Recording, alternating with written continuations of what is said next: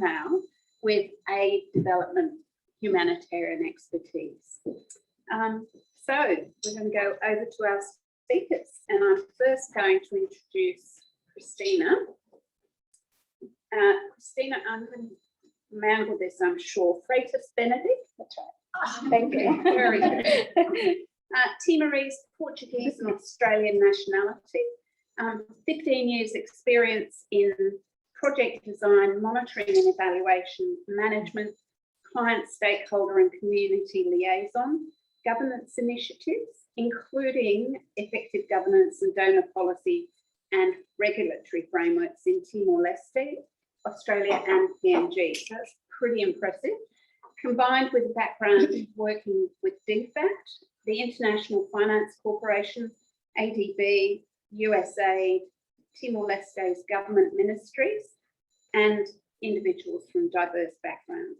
Also a member and volunteer with the Rotary Club of Lower Blue Mountains and past president for the Rotary Club of Dili, Timor-Leste. Great spot.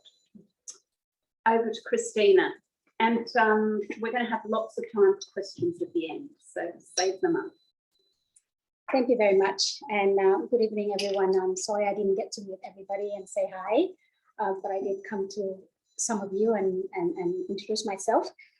Before I start, I would like to thank Michelle for introducing me to Chris and Women in Aid and Development, for inviting me to this this event. I think this is, I was just telling Chris and Lucy, sorry, that this is a great event, especially at this time where COVID time. It's a great opportunity for all of us to learn. It's not just us that sharing the experience, but we also learn from you all about what you learn and what you want to know and how we can share that part that you want to know.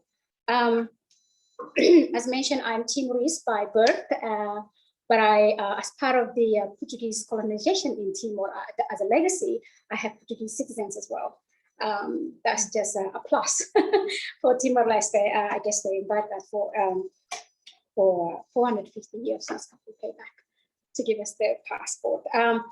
And I moved to Australia about 3.5 years ago after I married to my Australian husband.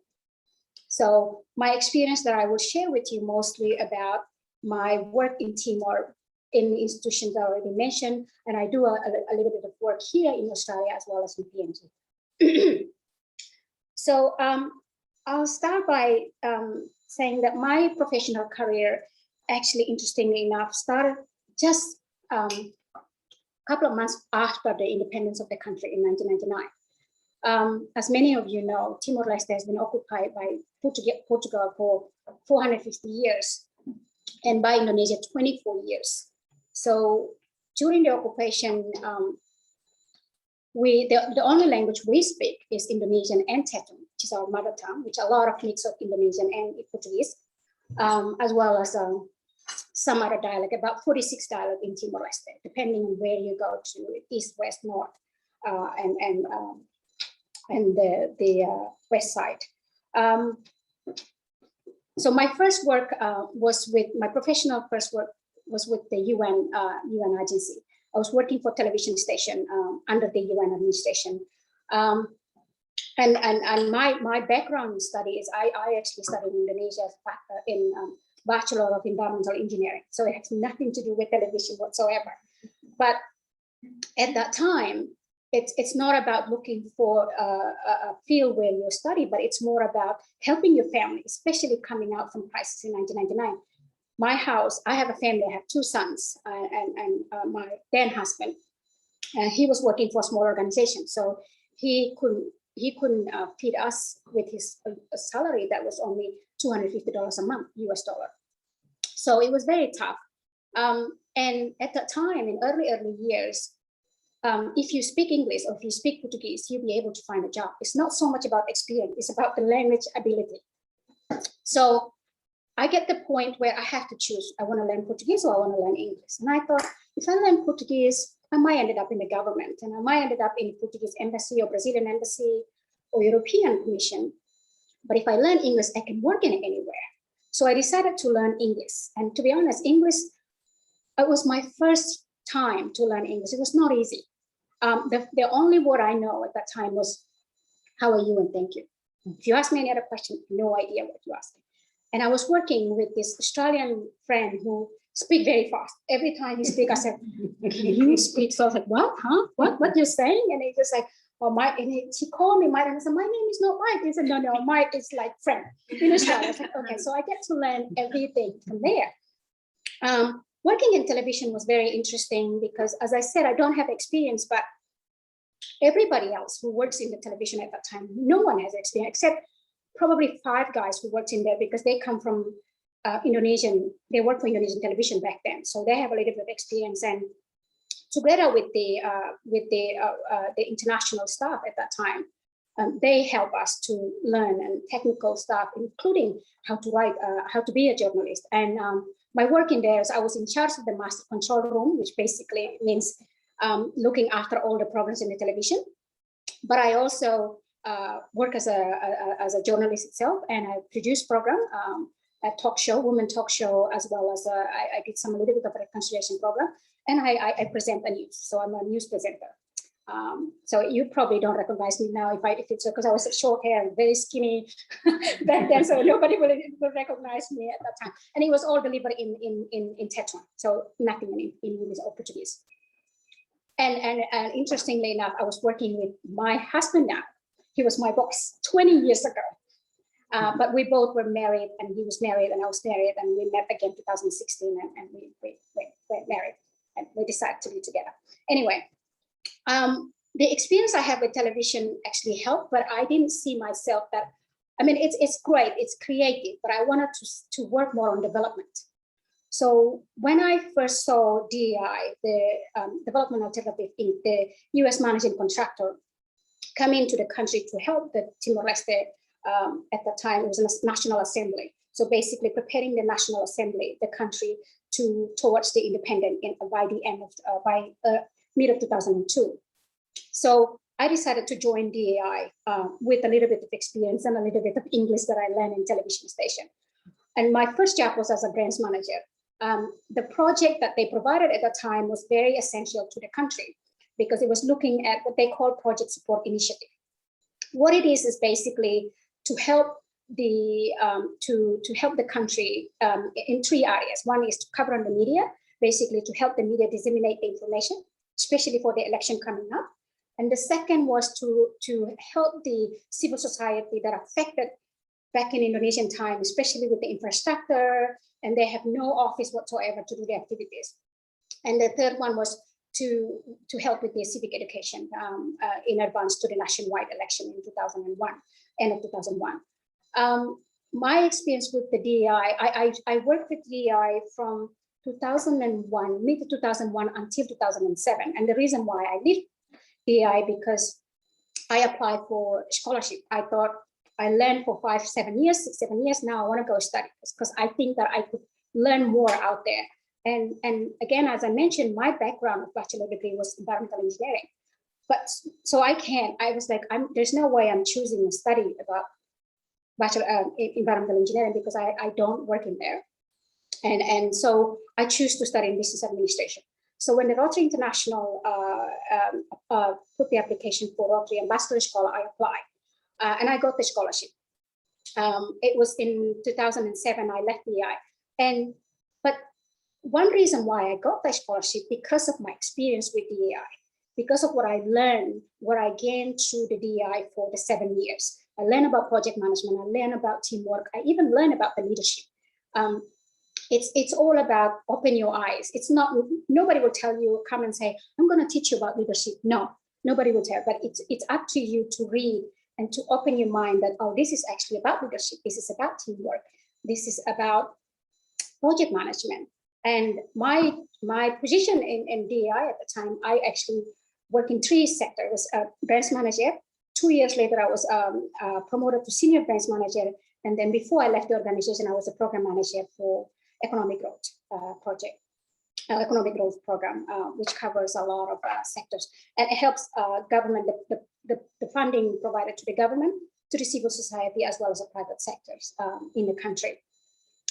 So in 2008, I started studying in Melbourne. I did my master's degree with the Rotary Ambassador Scholar. with Victoria University, I choose a Master of Business Administration. But as part of the scholarship, I have the obligation to go and talk to different Rotary clubs. That's how Rotary does the scholarship. They call it ambassador scholar. You have the obligation. You have to at least talk to 10 Rotary clubs in Melbourne to share about your experience and what are your plan after your study. So I actually did 20 clubs, more than 10 clubs, and they said you did more than that.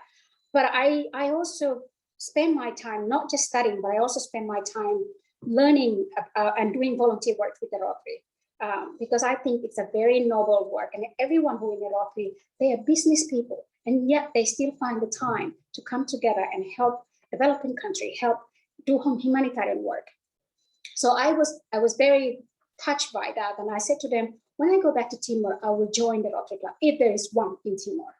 And fair enough, there was one in Timor. And just before I finished in 2009, my marriage falls apart. You can't win everything in life. My husband then, he was complaining about sharing the time with the kids and etc. So I have to decide whether I want to study or I have to go back and mind my kids. But it was my last semester, and I said to him, I can't go back. It's wasting my time. It's just one more semester, and I'll be I have a master degree, and I can go back and help you. And he said, no, I can't do it.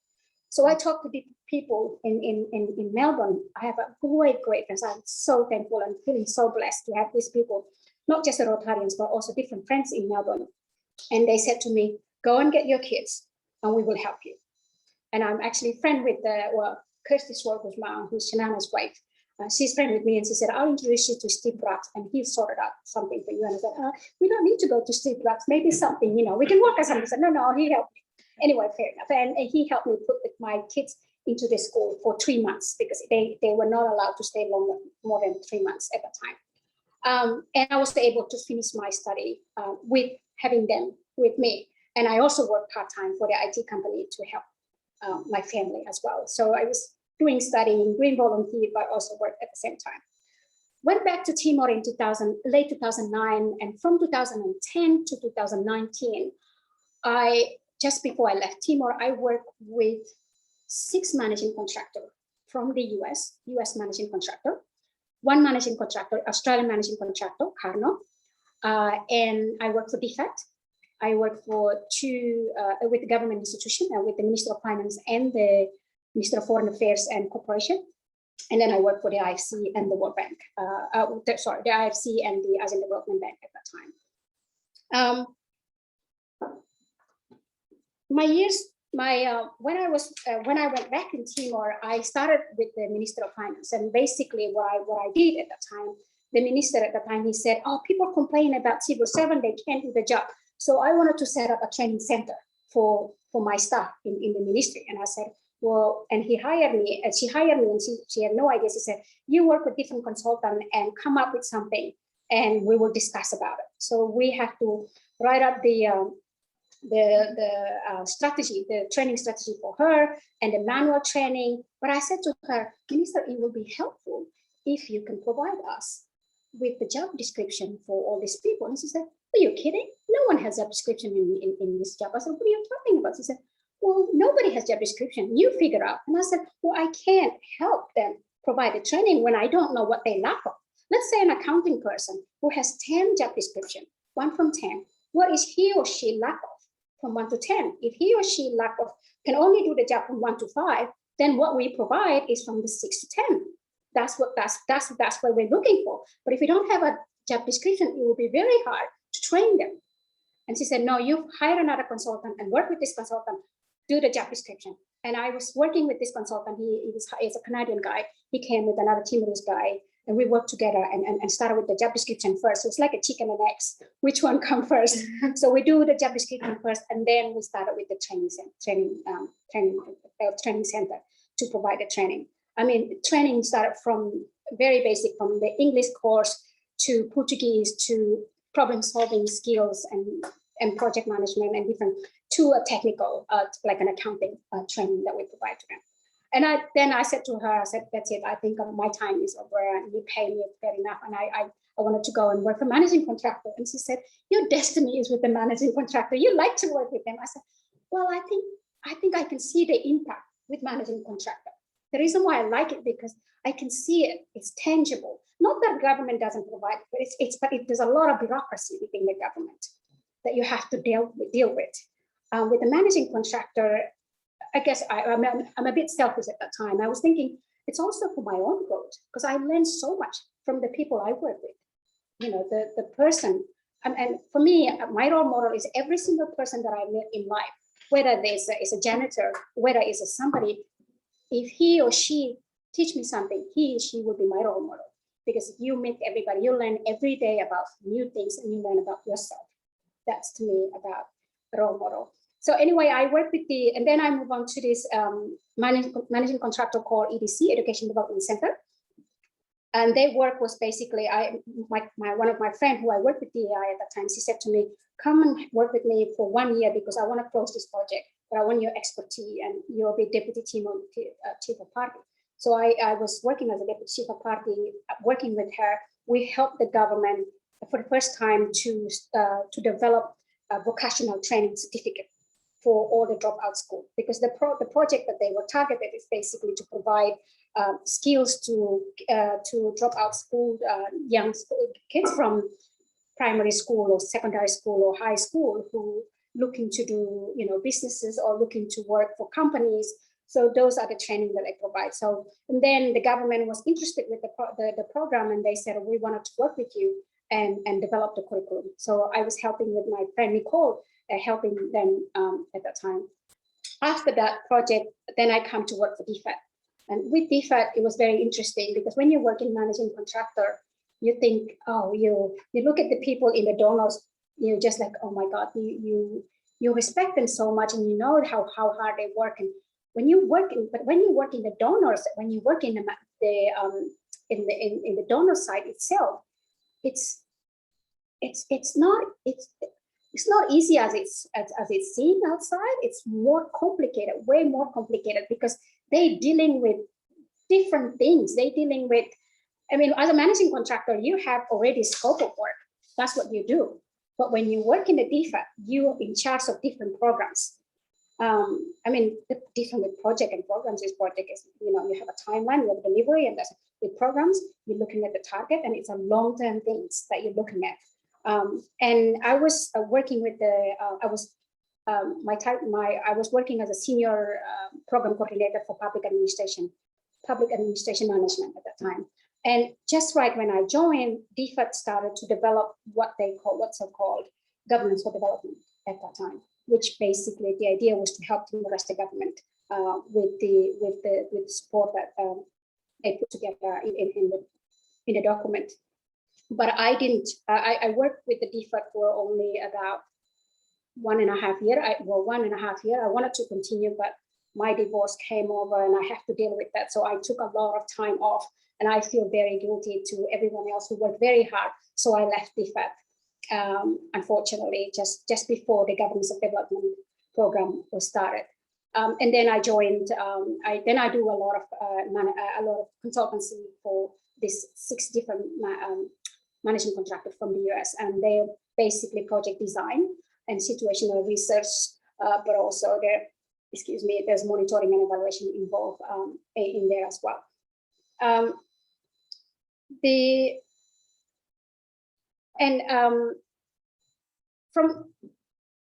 With the work with DFAT, I get to know a lot of people in the managing contractor from the DFAT side. And when I left, they said to me, you want to join us and work with us? And because I was dealing with my divorce and I was working for managing contractor, I decided not to join them because I just thought it's better to work on my own and managing my time. But just 2 years after I worked on my own as a freelance consultant, the International Finance Corporations invited me. Well, they said you wanna work with us and work as a consultant for public-private partnership. At that time, the project that the government approached them to start with this public-private partnership to do the biggest project in the country, which is the airport and the port. And PPP modality was the first one to be introduced in the country to the government. So all my bosses are working in Sydney. They're all in Martin Place, and I come here and sometimes, and they go to Timor, and we talk about the work. But the work is actually the partner that we work with is the Minister of Transport and Communication at that time, and the different other ministers that are relevant ministers that come into to the sector. But it was very fascinating because the modality that was introduced to the government, the PPP modality, is new to the government, and therefore it takes a lot of time for them to work with them. My boss actually, he said to me, went to the council minister and we presented to the council minister about the work, and he said to me, when on the way back to the office, he said to me, "We're done. This is good. I'm flying back to Sydney tomorrow. All good. You just follow up with them." And I said, "I think you should just postpone your trip because we need to go to each of the ministers and talk to them again about the work. Because remember, this is a politicians. They're not a technical people. And we're talking about technical work. If we want them to understand what their roles in this, we have to go to each one of them and explain what they're responsible and give them a credit and tell them that this is what you're going to do and this is what your responsibility. If you do well, it's not just, you have the credit. Your team will work well in this." So, and he said to me, "Well, when you put the presentation together," and me and my couple of the friends, we put the presentation together and we went to different ministries. And it's not easy to make an appointment with minister. You just have to go and sit in their couch and then they pop up and say, "Can I have a minute with you?" Because sometimes they say, because I said, "Minister is not available until next week." And my boss at the time, he said, "I can't, I have to leave on the weekend." So I said, "Well, I'll sit in the couch then. I'll sit in the couch and wait for the minister." Anyway, that's the work that you have to do. You do what you have to do to get the work done. And then I worked. Then after 2.5 years, I moved on to the ASEAN Development Bank.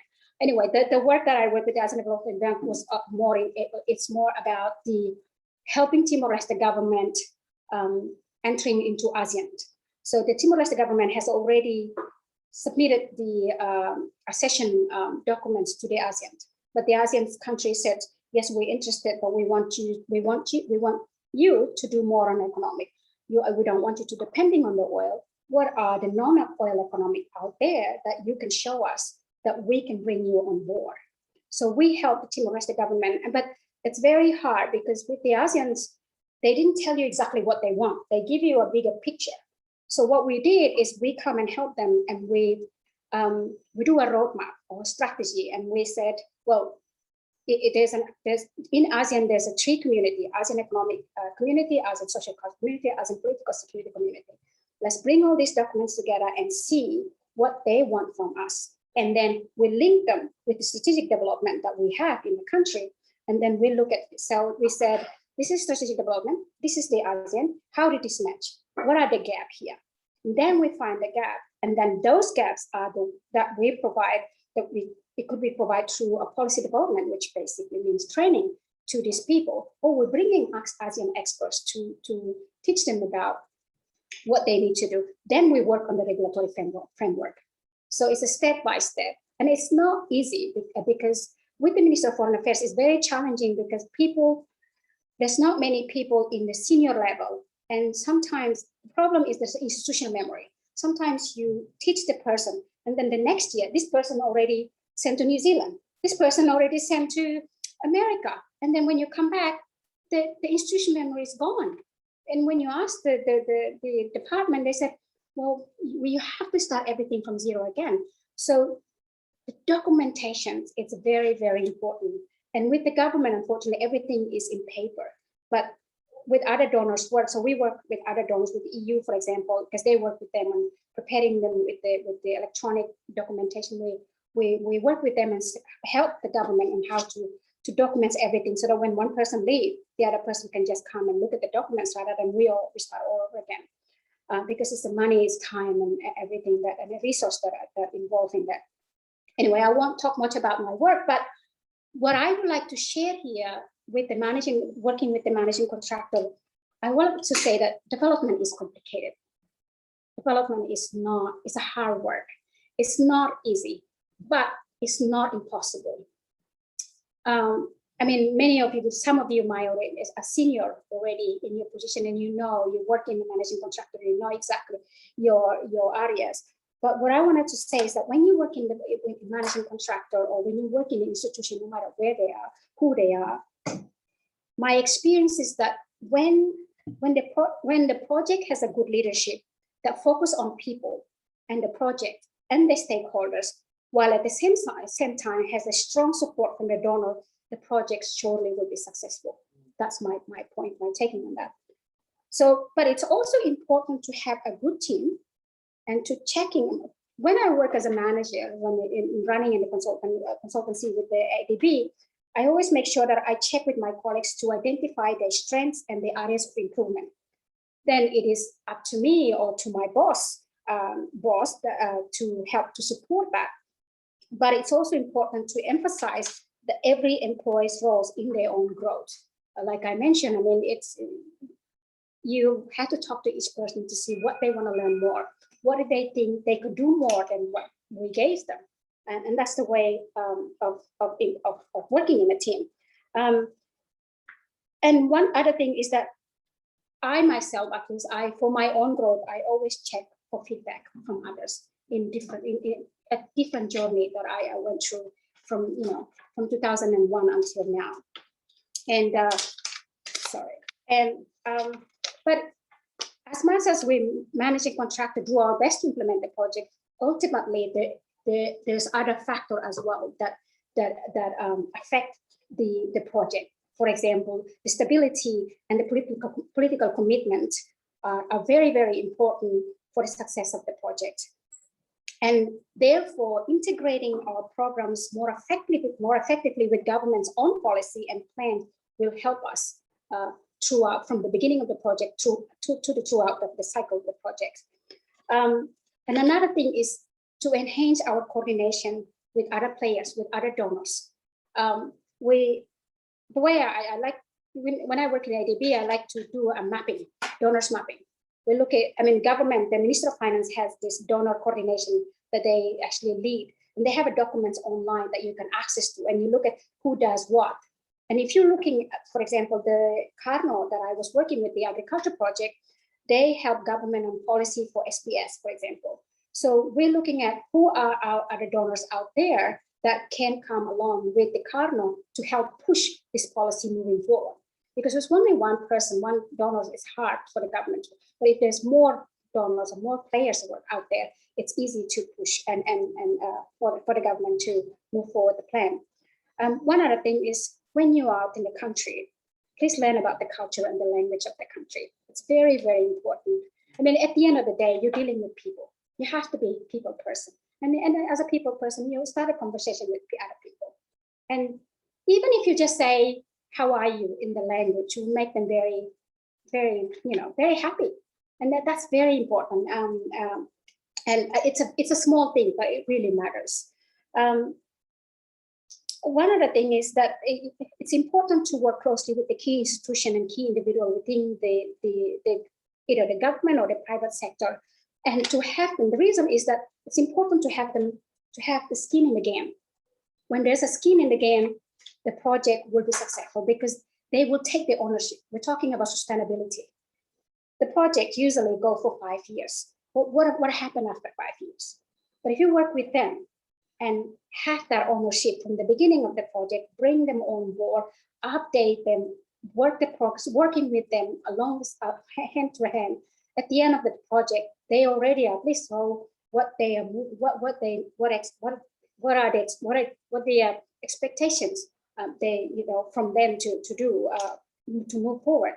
So that's a couple of things that I wanted to say. But very important part. Since this is a women and aid development, I would like to say that as a woman in patriarchal society where I come from, and I guess it applies in other countries as well, we often work twice harder than men, just in order for us to be sitting in the same table with them.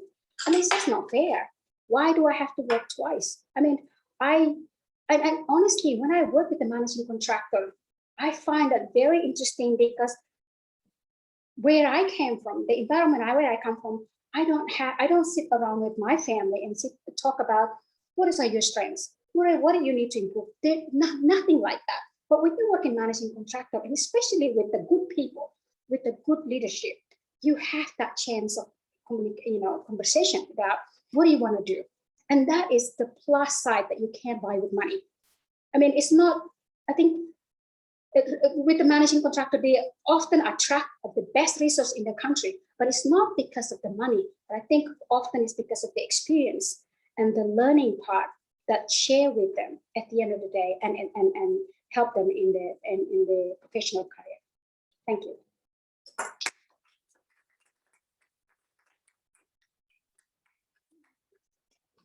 you. That's Sorry great. if I talk so too long. No, not at all.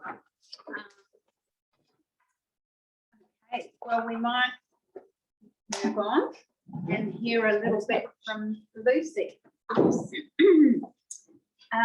So, Lucy Hovanec. Hovanec, but no one can say it. Hovanec, yep. Hovanec, yep.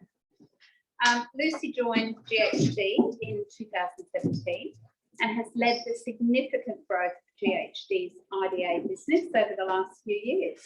She's been consulting for 16 years in business development and has leadership experience with GHD, WaterAid, Coffee, and LIW3, where she consulted with the governments of Tanzania, Botswana, and Vietnam while completing a Master's in International Relations, which is pretty impressive.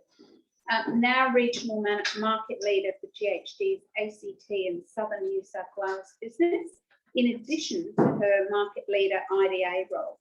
She supports growth across civil, project management, architecture, building engineering services, water and environmental business groups, and delivered projects for multilateral development banks since 2004. She's lived in Cambodia, where she led WaterAid's business development and consulted in organisational leadership in Fiji Airways. Very interesting background too. Thanks, everyone. You. Feel free if anyone wants to go and get drinks. Yeah. Food, donuts. I can talk to myself. I'm going to put my timer on, I think.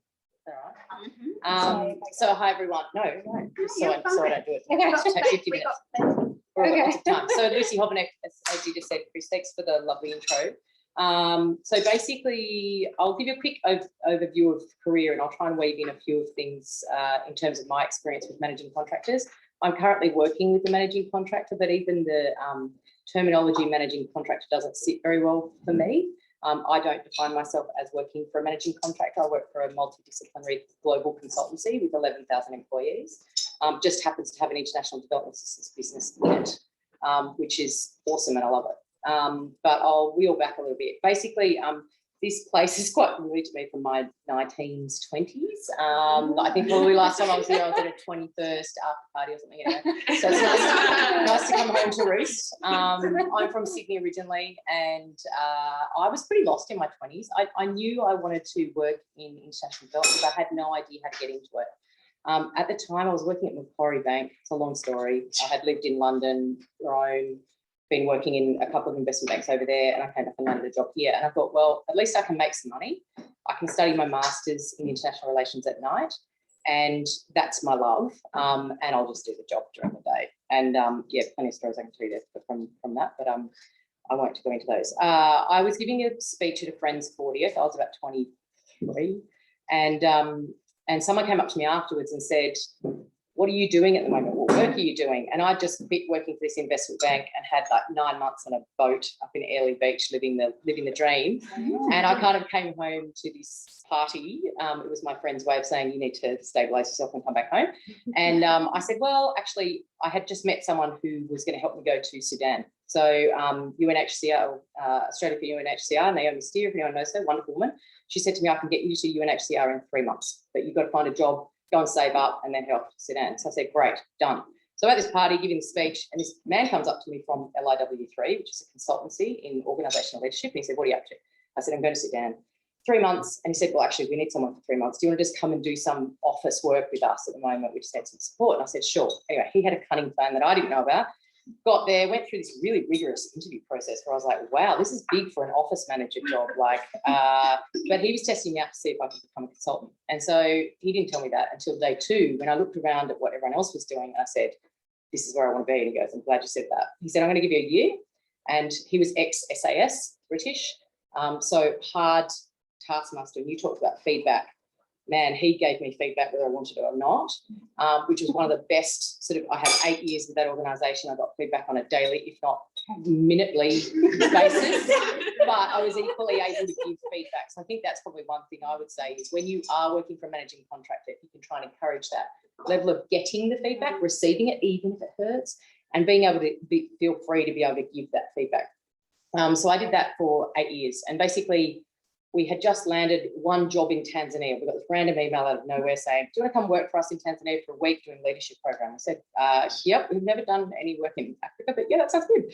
So I jumped on a plane at age 25 and went over or 24 and went over and ran this leadership program. And from there, that was 8 years of work that we built that business. And that expanded into Botswana, South Africa, Vietnam, Malaysia and Dubai. And it was just such a wild ride. So I ended up sort of being poisoned by terrorists in Zanzibar. My body's never recovered. I got medevaced off an island with malaria. My body's also never recovered. So I think that's something in international development I hadn't really factored in, is your health. Your body's on the line when you're traveling. Joanna's, nodding vigorously, because you're going to countries where you're not familiar with the food, the water, the people. You don't know what you're getting yourself into. And I was completely naive, had no idea that I shouldn't be talking about certain issues with Zanzibaris, that, terrorists would be there. But anyway, so I learned a lot of lessons through that. But in that process, one of my bosses, I had another boss, and she sat down with me and said, I'm going to take you through this process called purpose, vision, and values.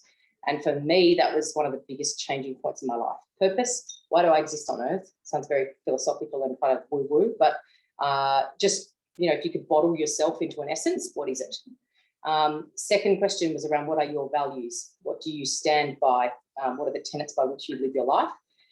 So I got really clear about those. And then the third one was your vision. Now, this was my hairiest or sort of unclearest. I was like, I don't really know what I want. And she said, I don't want you to kind of identify exactly what role and which organisation by which time frame.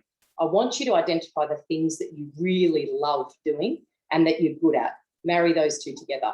And I think that, this is kind of, I feel a bit Oprah-ish sort of saying this sort of stuff, but it does translate into managing contractor, because if you're not doing the stuff that you love and you're in a managing contractor, you will feel miserable because it's hard. It is hard work. They're long hours. I've had about 5 hours sleep last night because a major bid was due at 10 o'clock this morning with major donor, which I hope you're doing. But, it's hard and you've got to love it. I think you've got to love what you do, particularly with the managing contractor.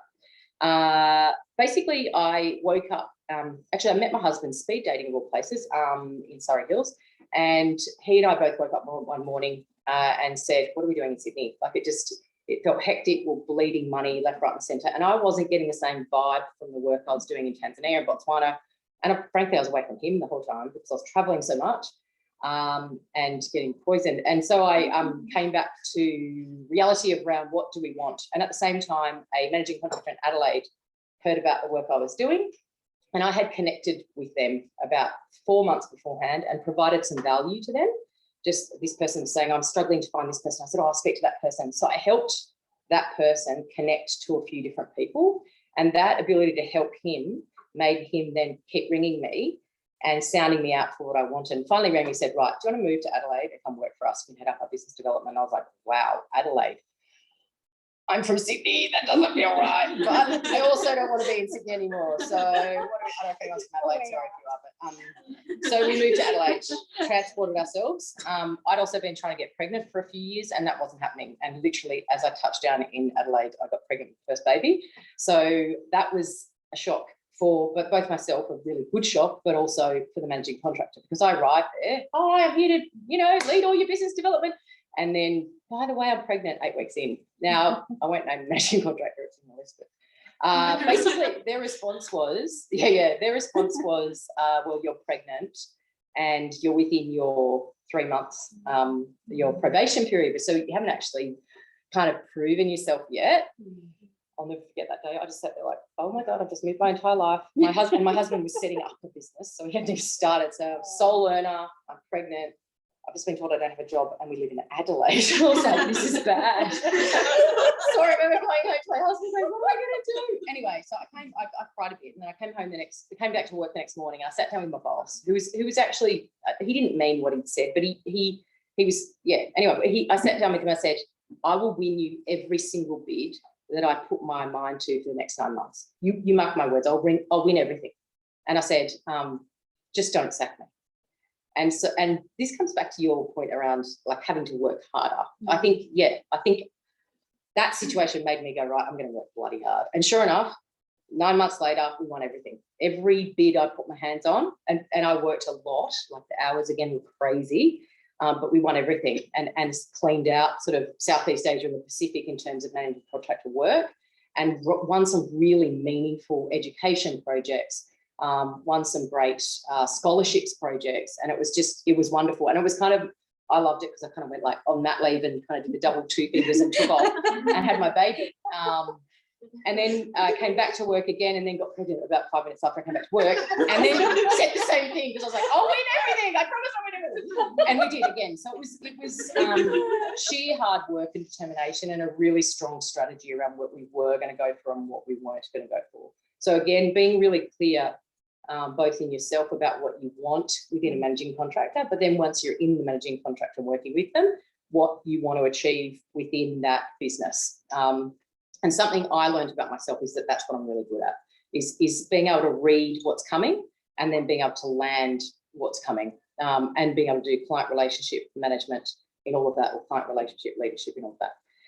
So I got to about, that was 4 years in Adelaide. I clearly didn't love living in Adelaide, if I'm really honest. My husband loved it, kids were having a great time, but I hadn't found my tribe in Adelaide. And so I was talking to my mum on New Year's Eve, and she said to me, what do you actually want? And I said, well, I have been talking about wanting to go in country for 2 years. I really wanted to go and live in country because I had an experience, and I felt like a bit of a fraud flying in and out of Cambodia, and hi guys, we're coming to win some money for you people, and haven't actually worked with you people. And then finally I decided to go and work with wonderful Cambodians, and I went for a job. One came up with Oxfam and one came up with WaterAid. And the first question from Oxfam was, what's your salary expectations? Because we see you're coming from a managing contractor, it's private sector, and we think you're going to be too expensive. And I said, well, if that's your attitude from the start, I don't think we can work together. Because I said, I'm willing to halve my salary to move to another country, but I'd like you to actually appreciate who I am. That's not slagging off that organisation, because they do fantastic work and we work with them on a brilliant Water for Women project. But the different approach I had from WaterAid was, James is one of my mentors in life. He's just awesome. He just said to me, we would love you to come, but you've got to be mindful of salary. It's going to be really different, but we can compensate you in different ways and give you different experiences. And I said, great. Again, I'll win you everything as long as you can teach me about WASH, because basically all I know is what it stands for. That's about it. Water sanitation hygiene. So flew to Cambodia at about 5 minutes into being in Cambodia with my entire family. I flew back to Australia to a WASH conference, spent a week of intense WASH, kind of getting my head around WASH, and then flew back to Cambodia. And their biggest challenge was my skill set. So they basically said, we can't seem to win all the money. We can't seem to do we've grown to so far, and we just can't seem to take the next step. We need you to win the money in Cambodia. And I said, I want to test that, because I'm just going to do a bit of a market scan. I'm going to get out there and work out what's in this country, and then I'm going to come back to you. And what I found was there was nothing really. There was H&M and working with women in factories who had horrific conditions that we were trying to alleviate. But I said, the money's not here, James. And he's like, right, where's the money? And I said, you've got to use your network. WaterAid is massive. You are so well connected. Let me connect internally. And I said, I think that's probably another message I'd leave with you in terms of networking. And I don't mean sleazy networking like, hi, Christina, can we be best friends on LinkedIn? I mean, get close to the people in the organisation. Once you're in there, get close to the right people in the organisation who can either connect you into other people, or who you can ask them to connect you into other people. And the same goes if you're on the outside. Connect with people. Jump on, I'm not joking about the LinkedIn thing, but jump on LinkedIn and connect with people and go, can I have a chat with you? Because there's people like me that will take the coffee or the phone call or whatever, talk through what you're looking for and help you maybe work it out. because someone did it for me. So we made the decision, pulled the pin on Cambodia. The managing contractor rang me and said, oh my gosh, we'll double your salary. And I was like, no, too much, too little, too late. So I was going from halved salary and I was being told they were going to double my salary to stay in Adelaide. Anyway, pulled the pin, took off to Cambodia. Had a fantastic year there from a work perspective, from a family perspective. Our second child was really sick with wash-related issues. So it was like, hang on, I'm here to kind of help the respiratory issues and the open defecation, and yet my 2-year-old's not growing. So this is not, sorry, not 2-year-old, 9-month-old is not growing.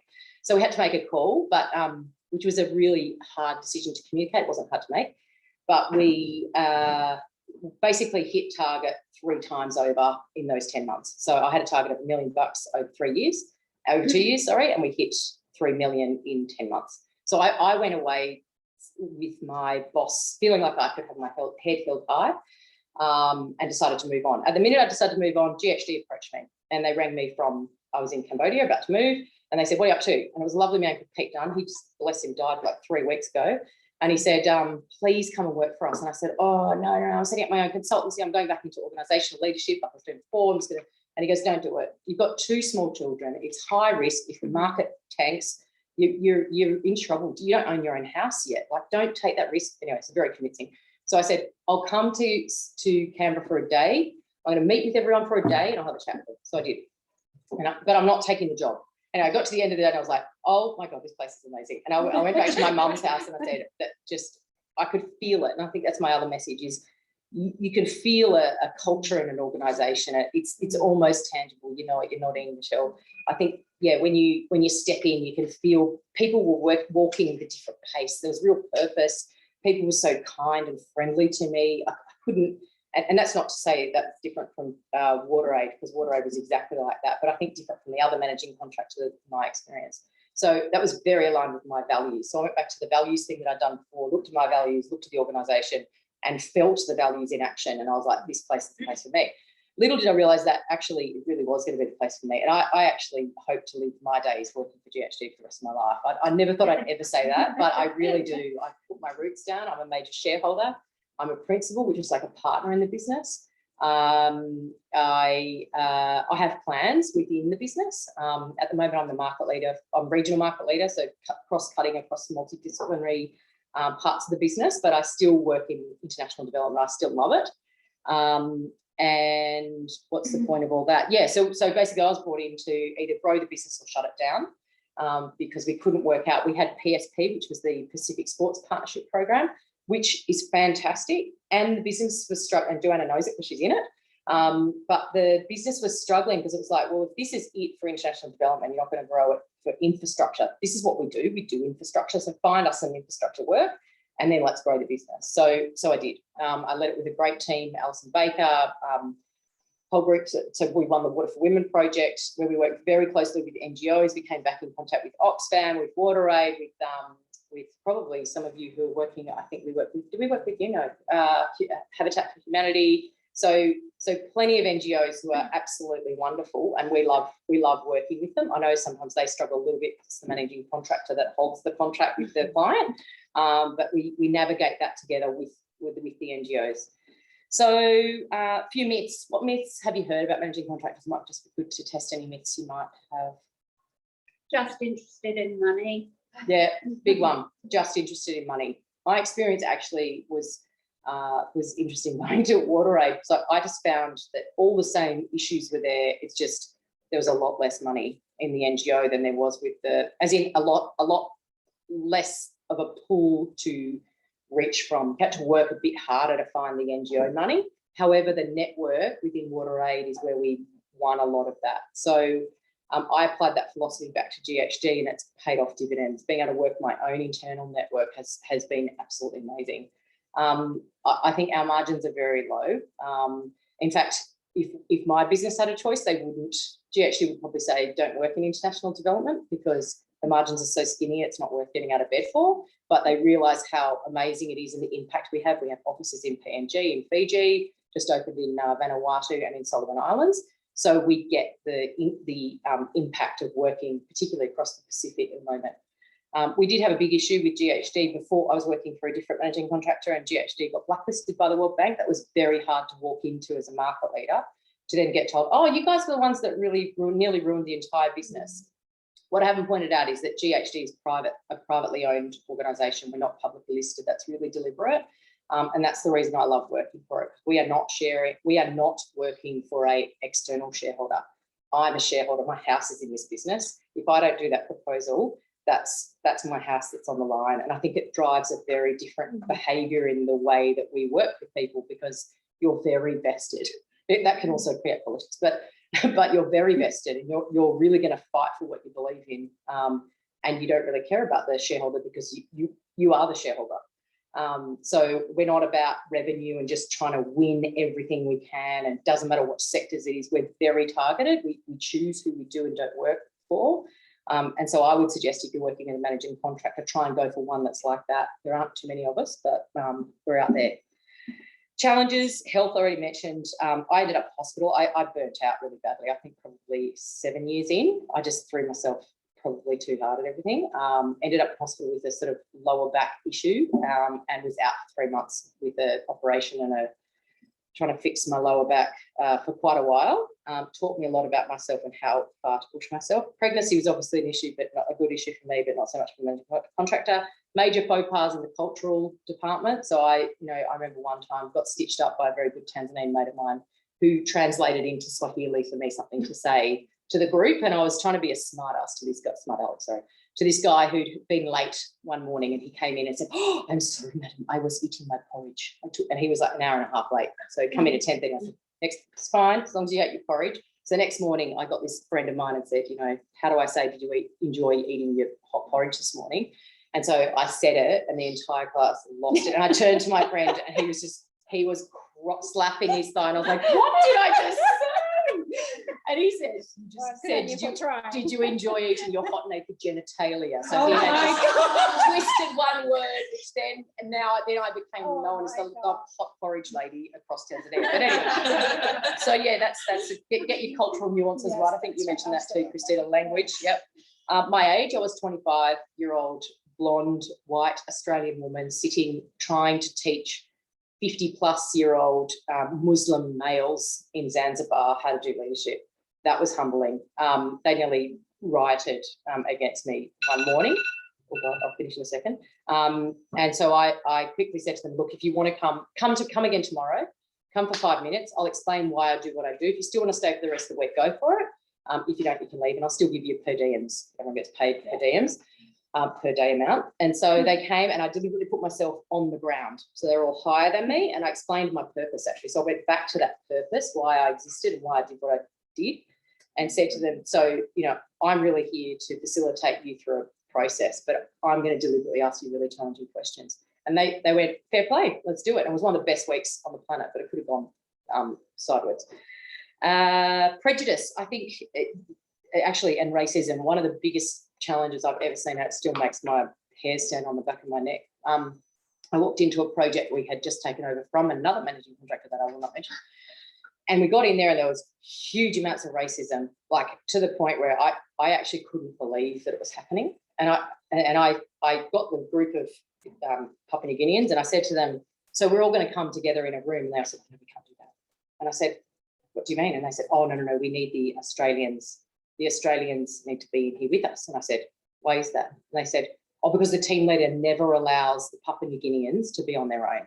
And I said, well, I'm the boss of the team leader, so I'll be talking to the team leader once the door's shut. And we had a conversation, now what is going on? And they just unearthed and unleashed on what was going on for years on this project. I was with our transport lead, who's now the head of our UAE office, and he was howling. Both of us were crying, just like, this can't.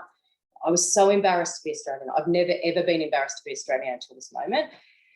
And so I said to the group, well, that's it. That person's gone. As far as I'm concerned, that doesn't stand. We don't, again, back to values. And I was like, this is what GHD stands for. These are our values. We will not stand for racism. And I will go and have that conversation right now, and you won't see that person again.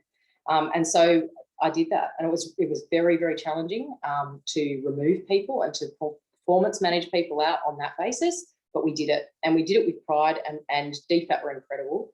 and really listen to us through that process. So I think that's another thing. Again, it's back to values. What values is that managing contractor really showing in, particularly in country? Often there's a disconnect between the managing contractor in Australia and then the managing contractor in Australia, in the country that you're working in, PNG, PG, whatever. There's a disconnect, or they're just set sail on their own, or there's just a project that's running on its own out to sail and no one's really keeping it in check. That was one of the worst things I think I've ever seen in my time. One of the things you asked us was about support. I had an amazing husband, 2 years. He uses them a lot because he listens to me a lot. Just a heart of gold. I couldn't do what I do without him. So he's full-time care of the kids. We have 3. Surprise package came 2 years ago. And that juggle, I suppose that juggle, someone's asked me previously, I'm thinking about going into international development, but I also want to have babies. So do you think I should go into international development first and then have babies? And I was like, wowzers, that's like that's a hard, why are you even questioning that? Have your babies. You can do both. You don't have to put your life on hold by having babies. And I was like, here's my example of going and working, and it still worked out. So you can juggle. It was a juggle. And again, 1 day a week I used to look after my my baby, and it was a very different scenario. No one had ever done that before. It was like, how are you going to look after the baby and work? And I was like, because I'll get up at 5 and I'll do 4 hours before 9, and then my husband goes. He's got the kids for 4 hours. My husband goes, and the child sleeps for 2 hours, and I'll work then, and then I'll do 4 hours at night. And that's how I managed it, which is possibly a little bit OTT, but anyway. Mentors, I have 2 external mentors, incredible, amazing people. Again, I wrote down, ask for feedback, give and receive feedback. It's really important. And what else? I don't know. If you're looking to get into a managing contractor, I think know yourself and know and differentiate yourself. What are you good at? What do they need? Try and marry the 2. The big thing I love about GHD is if you've got a good idea and you can make some money out of it, then it'll get backing.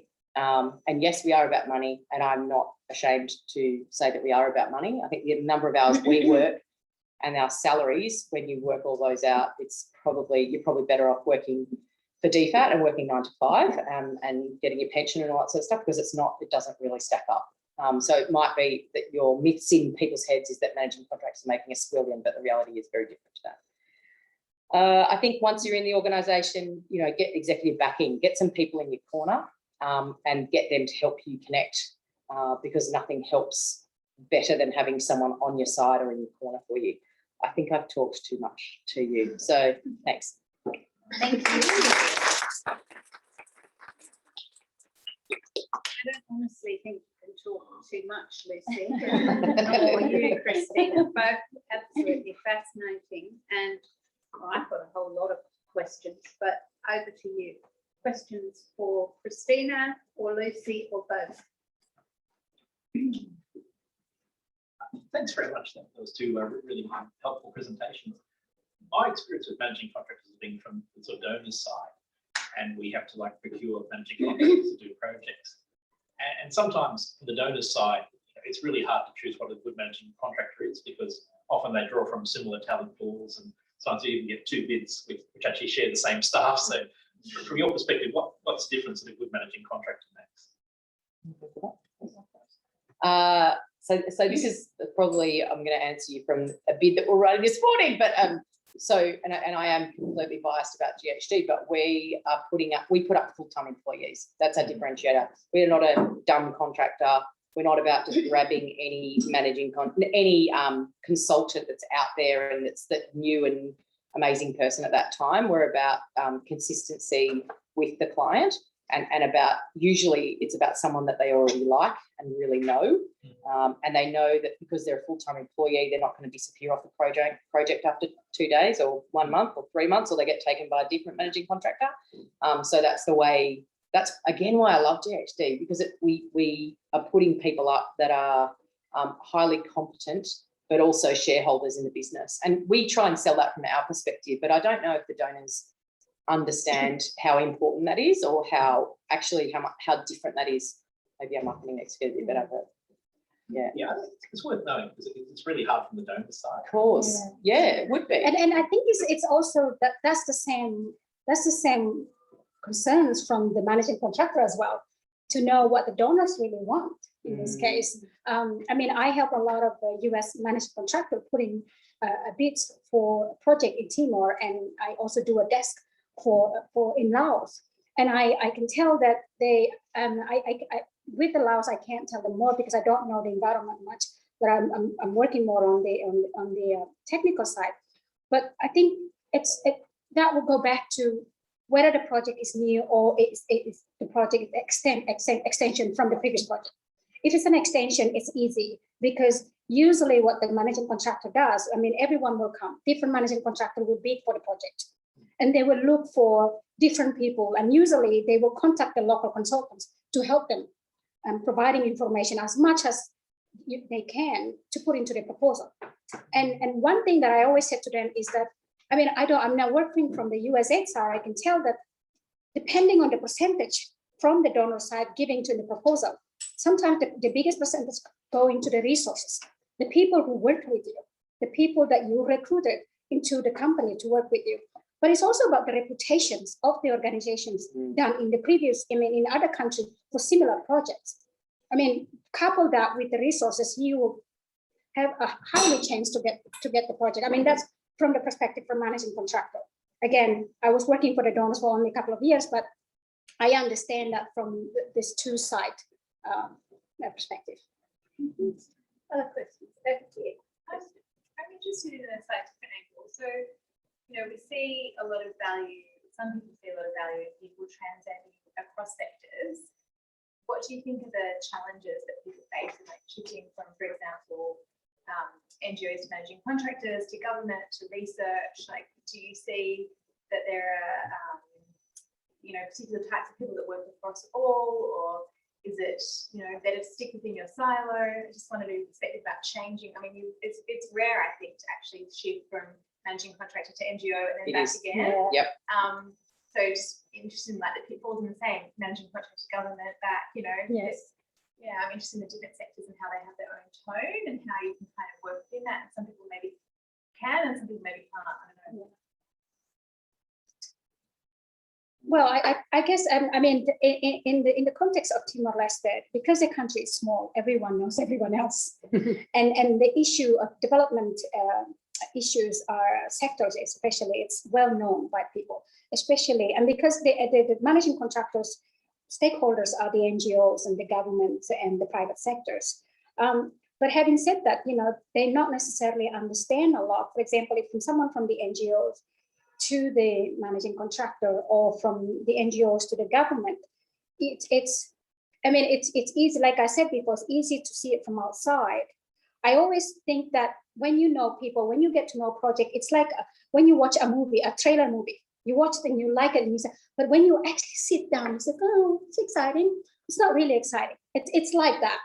I guess it's that's, and you know, so until you sit in there, then you learn. But sometimes as soon as you walk in, it's like you said, you have the good vibes already because people are welcoming you and people are very friendly and to you. So it's at the end of the day, it's not so much about them versus us, but it's about what you can bring into the table and why do you want to change? Why do you want to move from NGOs to the managing contractor? What can you bring? What experience can you bring? And it's back to the career as well, a career that you want to pursue. I mean, if you want to from NGOs to the managing contractor and to local NGOs, what do you want to learn more from there? What do you want to get out from there? Mm.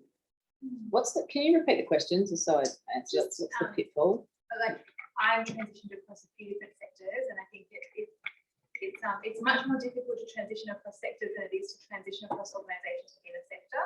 There's just a different culture, different expectations, different stakeholder groups that you have to get your head around, just different ways of working, different expectations. And I just wondered if you've observed either through your own experience or other people, you know, shifting from maybe managing contractors to NGOs or vice versa, or into other sectors like into government or into, you know, I work now in the university sector, it's completely different from the NGO sector. Like, yeah, just observations like. My observations are that there are very perceptions within those silos against the other silo which are really wrong. So I think from the private sector, it's like, oh, you know, NGOs are greenies and want to wear the, you know, tea cozies and kumbaya with all the people and Yes. smoke weed basically. And then, but then when you go into the NGO, the experience is actually far out. These people are technically very savvy, Yeah. very deeply connected, know everyone across the country and intimately know the culture and the way of designing a program that's going to get the best outcomes. So I think I deliberately made that decision. Actually, I'm glad you raised it, because I remember thinking, I want to work for government, I want to work for private sector, I want to work for NGO, I want to see all the angles. Yeah. And I stopped at NGO and then came back to the private sector. I think I would die in government. I think I'm too outspoken and I'm quite blunt. And I'm working with a very large client at the moment. I was with them for 3 hours this morning. And luckily I now know the client, they know me very well, and I'm able to be fully blunt. And they're all just like, far out, you would die working for us. But we're really glad you can have that opinion with us. And they're equally blunt back to me. So from a government perspective, I think there has been I've been speaking to a client where initially when we put the proposal in, they're like, far out, you know, this is so expensive. And we're like, no. We know what it's going to take engaging with you across thousands of stakeholders in Papua New Guinea, and not just that, it's stakeholders within the Australian government. Like, it's going to take a lot of moving parts, plus there's COVID, plus there's this, plus there's that. And I think they're now seeing that. They're like, now we get it. So I think it's, until we all can put ourselves in one another's shoes, I think it'll continue.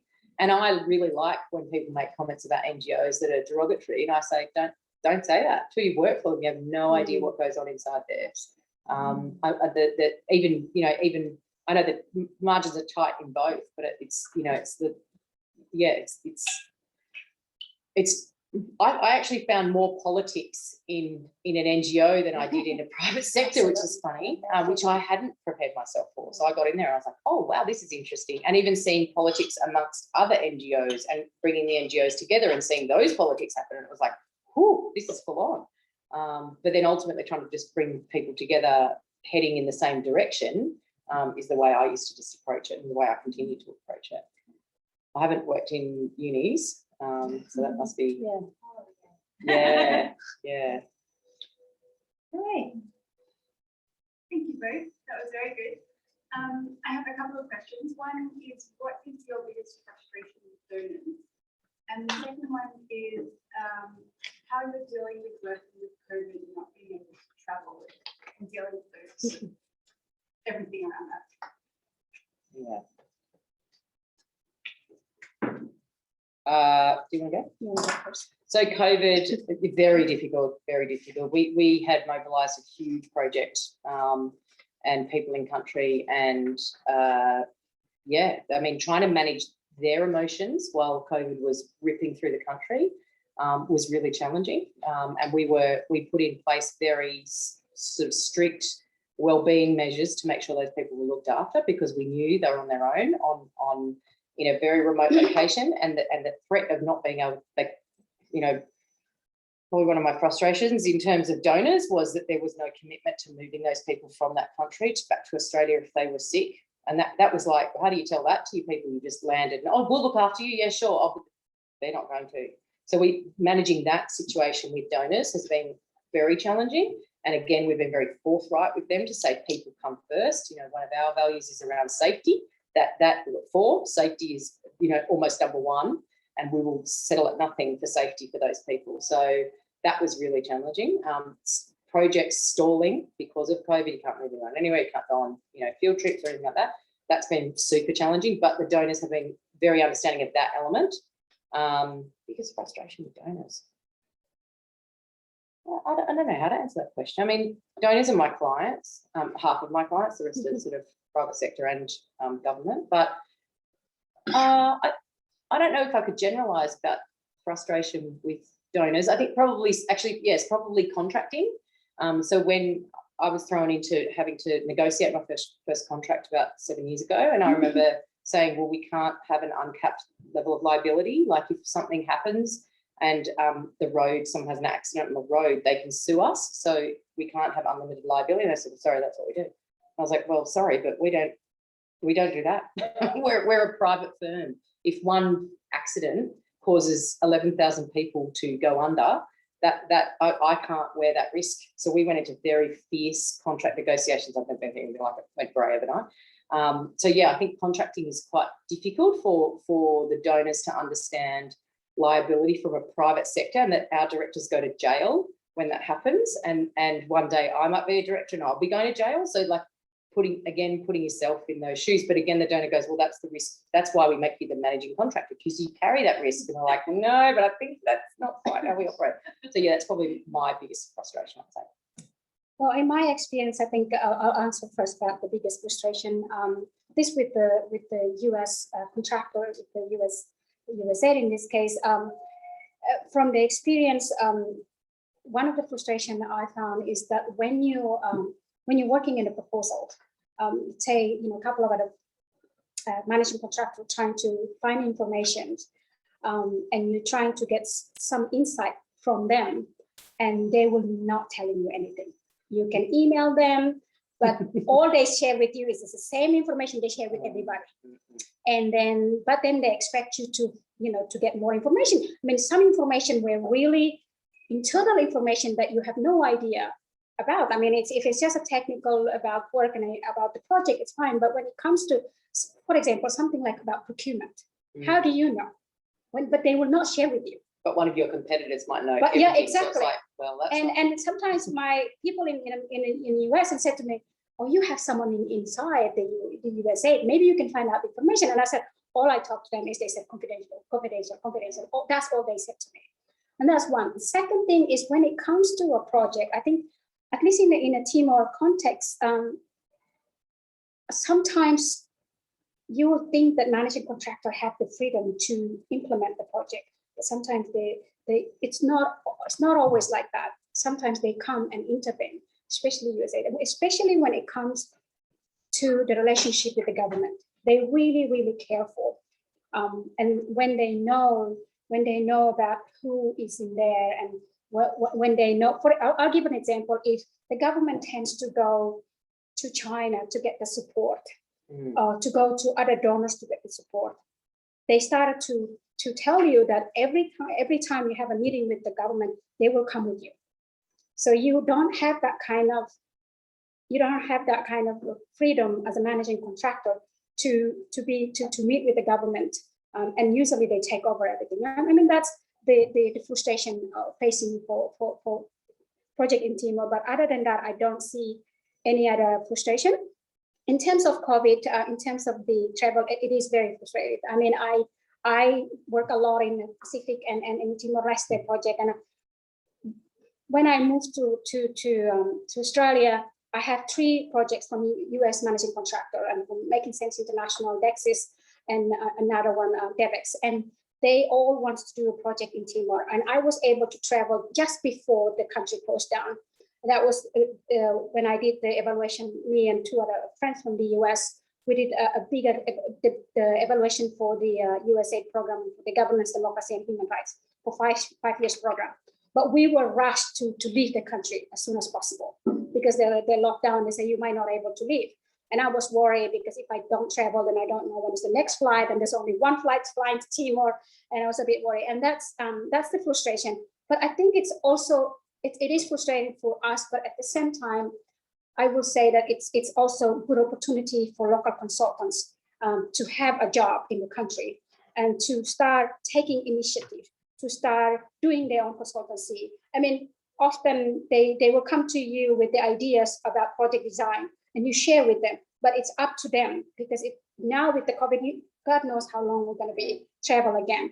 So it's a time, I think it's time, not shift everything, but we start trusting them in the local consultants. I mean, in the developing countries or anywhere you work with, you start trusting them to deliver or to represent you in a country. Thanks. Our time is tight. I'm going to stop us here, but our speakers will be with us for about another 10 minutes at least, so you can ask some questions afterwards. Thank you both. Really appreciate it. It's a fascinating area, and I heard speakers in Melbourne and in Canberra last week. And I think in all areas we've busted some myths. We've learned that managing contractors and NGOs have far more similarities than differences. Goals align, commitment to people is exactly the same, values-based, with a commitment to changing people's lives long term. And last week we spoke to Therese Faulkner, who's heading up the IDCC, International Development Contractors Community, thank you. And fantastic that that is now working with all managing contractors to align with ACFID on some of the advocacy to government to change some policy settings, which is really exciting because it's not an area managing contractors have had that ability to do before. Therese also works with us. I never done. Very good, very She's smart. awesome. And of course, you mentioned Alison Baker, who spoke for us in Melbourne last year on that's our right. sports program. Mm. I love the fact that the good news is that you can have a marriage, you can have babies, and you can manage a divorce when you are working in a managing contractor. And I think that's something that we need to remember right the way through every aspect of the sector. One thing that came out last week was monitoring and evaluation. Get those skills, great way to get into this sector as well. So thank you very much. We have a small gift for you to say thank you very much. We have the We have a white, gift, red and white. Fine. Thank you very much. So it's the stunning. Oh my gosh, that's Very awesome. beautiful.